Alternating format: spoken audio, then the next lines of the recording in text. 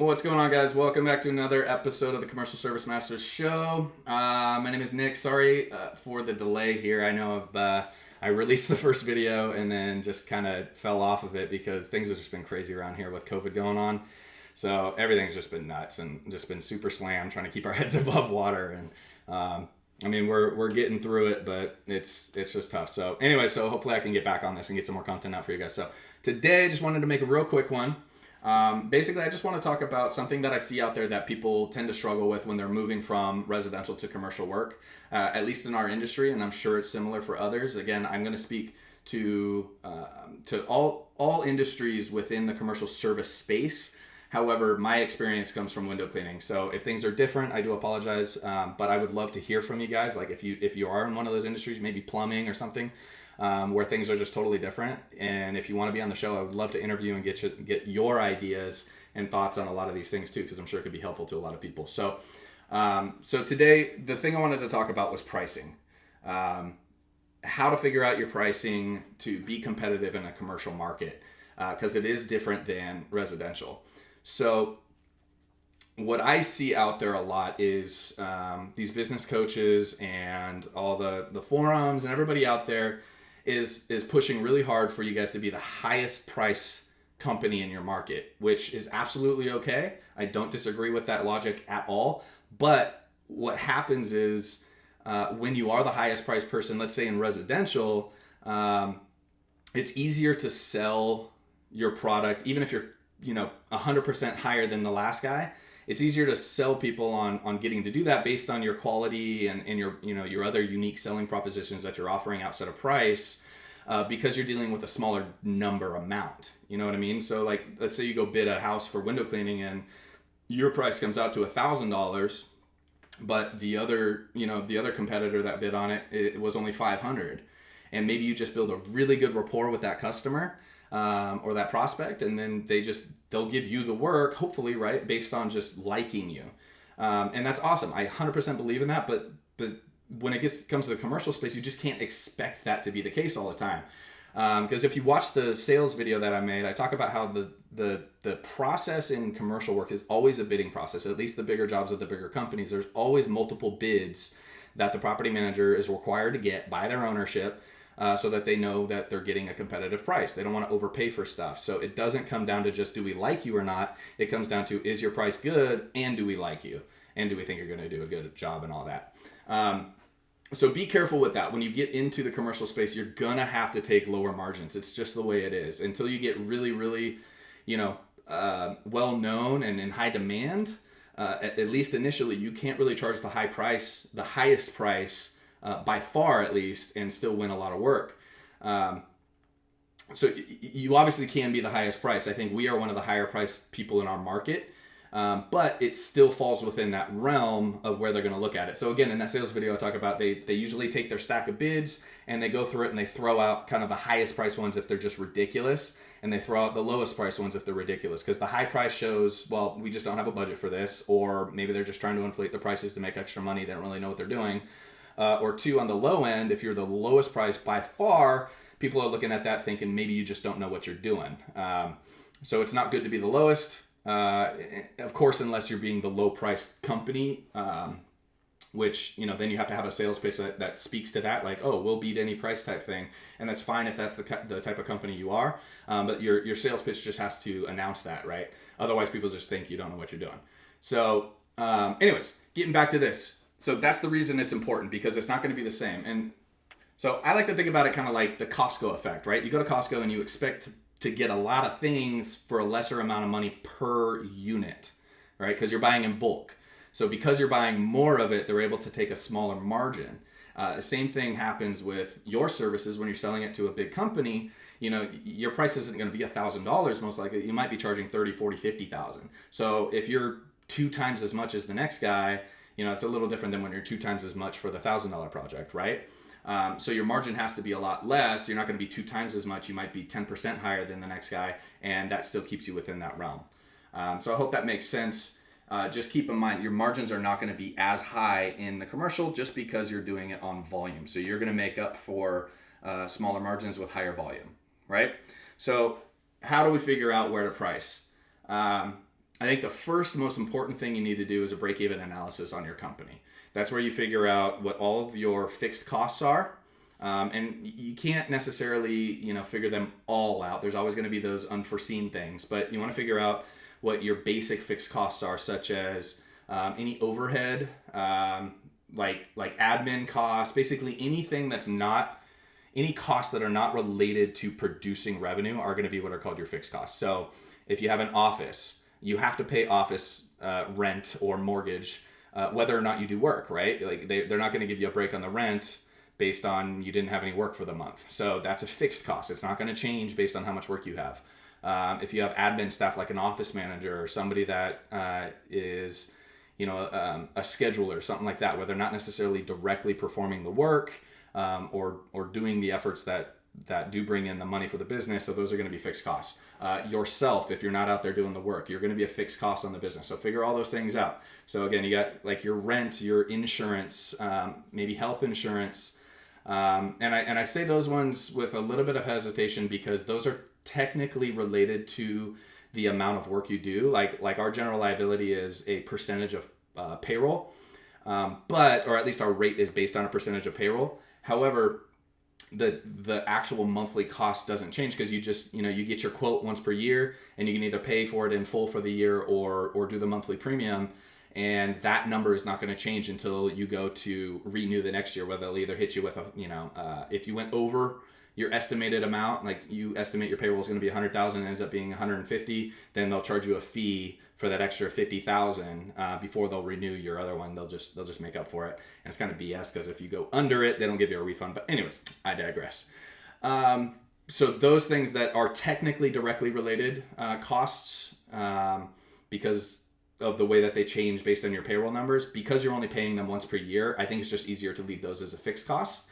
And just keep in mind and be aware that you might end up owing more if you go over the estimated amount. So just keep that in mind. So those fixed costs again: rent, mortgage, overhead, salaried employees that aren't directly related to performing the work in the company, and the revenue producing work, anything like that. Those are going to be your fixed costs. And then you got to figure out your variable costs, which is everything that is related to the production of that work, right? So your labor, obviously, any taxes, like your employer payroll taxes, make sure you add that in. It's usually like 12 or 15% if you add everything up. Obviously, it's different based on the state you're in and all that. But figure out all those costs, add them into your price. Any materials, supplies, things like that you use that are going to turn over on those jobs. Not like big tools and stuff that like last for a long time, but like for us, like let's say squeegee rubbers, we might add in the cost of a squeegee rubber for our daily rate that we're charging our customers. We don't, but it's something you could do. If you know that you're turning over squeegee rubbers on a regular basis or whatever product you're using, chemicals, anything like that, make sure that that's all added in, because the more work you do, the more squeegee rubbers you're going to use, the more chemicals you're going to use, the more whatever, right? So those change with the amount of work you have. So I like to put those in the variable costs. So yeah, that's pretty much it. So you figure out your variable costs and your fixed costs. So just have an example here. If we know that our variable costs are, for easy numbers, $100,000 a year. So that's our fixed cost. That's all of our overhead, okay? Just for easy numbers here, let's just say it's $100,000 a year. Now, to do a break-even analysis, what we're trying to figure out is how much work you need to do to cover not only your variable costs. Obviously, we don't want to be charging less than we're paying people to do the work for, and your overhead costs. So once you figure out your variable costs, which is going to be like a per day or per unit amount, and we use days because we charge per day. We don't charge per window or whatever, but whatever your measurement of unit is. So if you were selling widgets, you would charge per widget, right? Or you would do your math based on each widget. That's 1 unit. So for us, because we bid everything on a per man day basis, or woman day, we use the man day. The daily rate is our unit. So when we figure that out, for us, we're going to add in the labor, we're going to add in the taxes, all those things I talked about. And for us, let's just say it comes out to $225. Again, just easy numbers here. So $225, and then you figure out what kind of margin you're going to add on top of that. So this is your cost, not necessarily your charge, your price. So you want to make a margin on top of this. So let's just say we want to make a 20% margin. So 10% of 225 is 2250. So you add another 10%, that equals $45. So let's add $45 to this.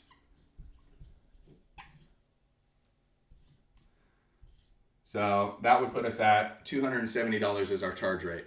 So that's a 20% margin. So we know that we're going to be charging $270 and that we're going to make $45 per unit. That's going to go towards covering the cost of this before we ever see profit, right? Because you have to obviously cover these costs before you can take any profit out of the business. So at $45, basically this number here is going to be what you're charging, that $270. So to get this number, you don't really need this right now, but it's just good to know. What you would do is 100,000 divided by 45. And that'll tell you exactly how many units you need to sell in order to cover that cost. And so real quickly, I'm going to do the math here because I'm not that smart. But if we did 100,000 divided by 45, that gives us 2,222 and 0.222222222 forever and ever. So what that means is I have to sell 2,222 units to cover this cost.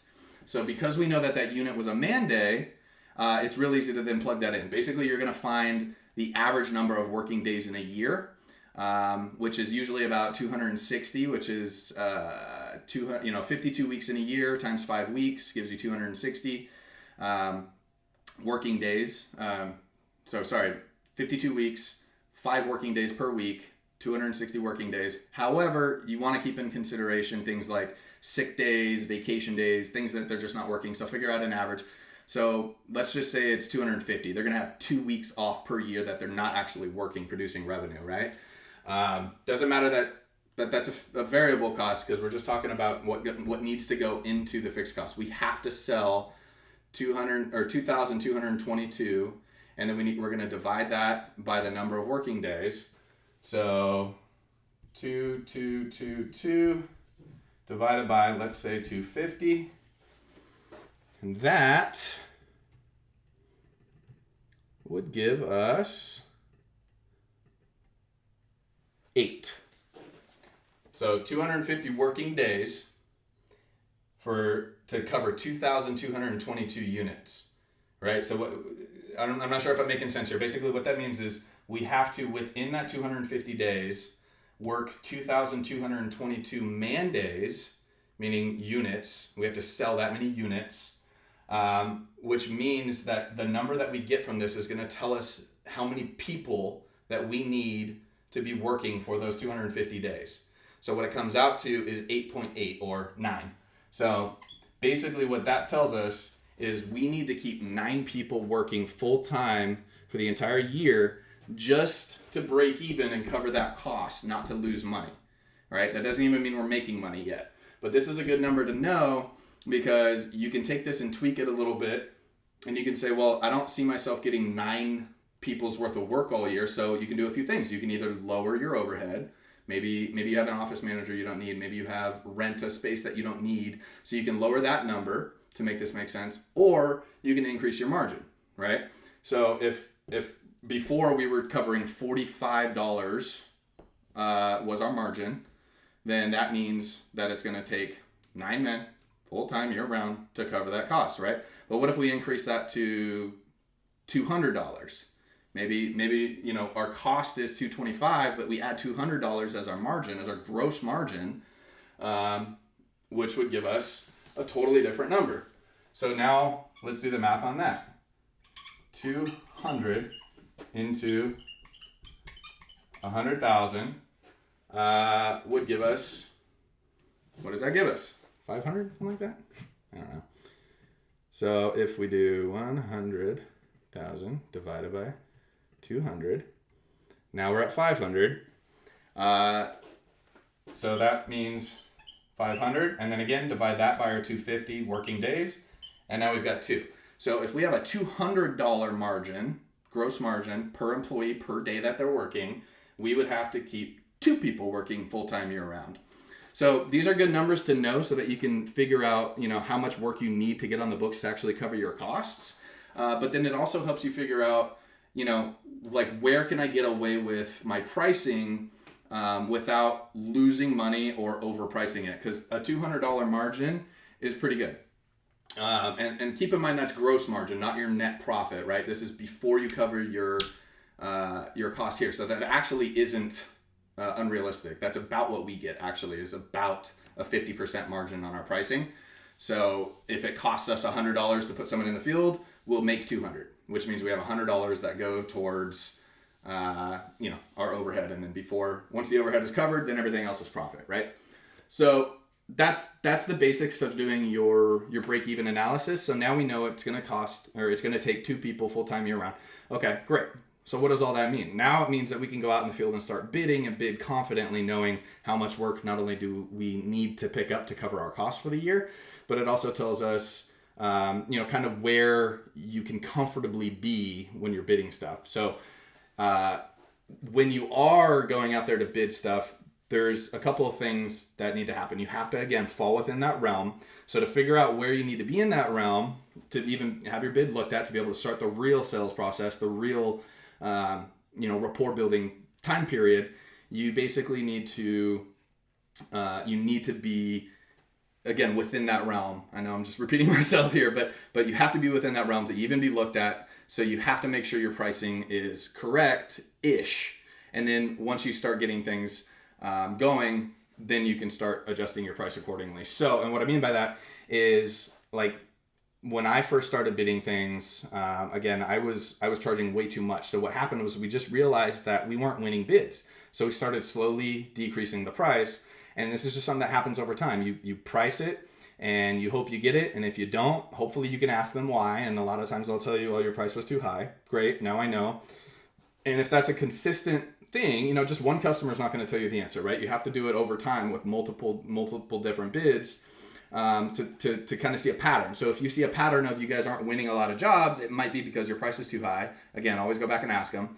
And sometimes they'll share, sometimes they won't. But if you figure out that your price is too high, then just start slowly decreasing it. Decrease it like $10 at a time even, or $20 at a time, depending on the margin you have, until you start winning things. And then you'll realize you start winning a lot of bids, and it might be more than you can handle, or you might just realize, oh, I'm actually in high demand now, so I can start increasing my price again. And then you just kind of do that fluctuation where you find out where's the sweet spot, and that's what we did. We went from super high price, not winning anything, lowered it down, won a whole bunch, kept lowering it, won even more, and then we're like, okay, now we got to start bumping it back up because we're getting too much work.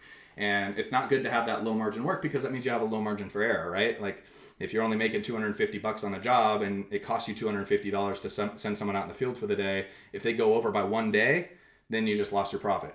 Anything over that, like if the job takes two extra days, then you just lost money, right? So it's best to have those high margin jobs, but you still have to be within that range. So that's pretty much it from me, guys. I hope that was helpful. I know it's very, very basic, and I probably extended this video out a lot longer than it needed to be, but really just figure out what your break even is, like figure out your variable costs and your fixed costs, and then from there just do a cost plus on your pricing and start bidding stuff. And again, we bid everything by time, unless it's something like pressure washing. We'll bid by square foot. It just makes more sense. It's easier to do. But we always take that square footage price and we run it through our mental analysis of, do we think we can get this done within the amount of time? Because our guys are not paid on a commission, they're paid straight hourly. So we know it's going to cost us X every single time we do a job. So if we do something bid on square foot and we do the math and think, well, we know it's going to take a guy a full day to do that, and the price by square foot comes out to less than that daily rate, that daily cost, then obviously you have to charge a little bit higher. So it's not perfect, but you just kind of mess with it and figure out where things need to be. I think bidding on time is the easiest way to go about it. Of course, it leaves very little room for being creative and saying, oh, we can just finish this another way. But again, you're gonna bid things on time if you can be more efficient by, bringing out better equipment or bringing out better, higher performing people or whatever, and they get the jobs done faster. Then great, that's how you're gonna make your extra margin. But for the most part, it's going to be pretty standard and pretty stable throughout the year, which actually makes it easy to kind of forecast and figure out where your numbers are going to be. So anyways, hope that helps, guys. If you have any questions on that, please leave a message down below, and I'll do the best I can. Thanks again, guys, for tuning in. Talk to you next time.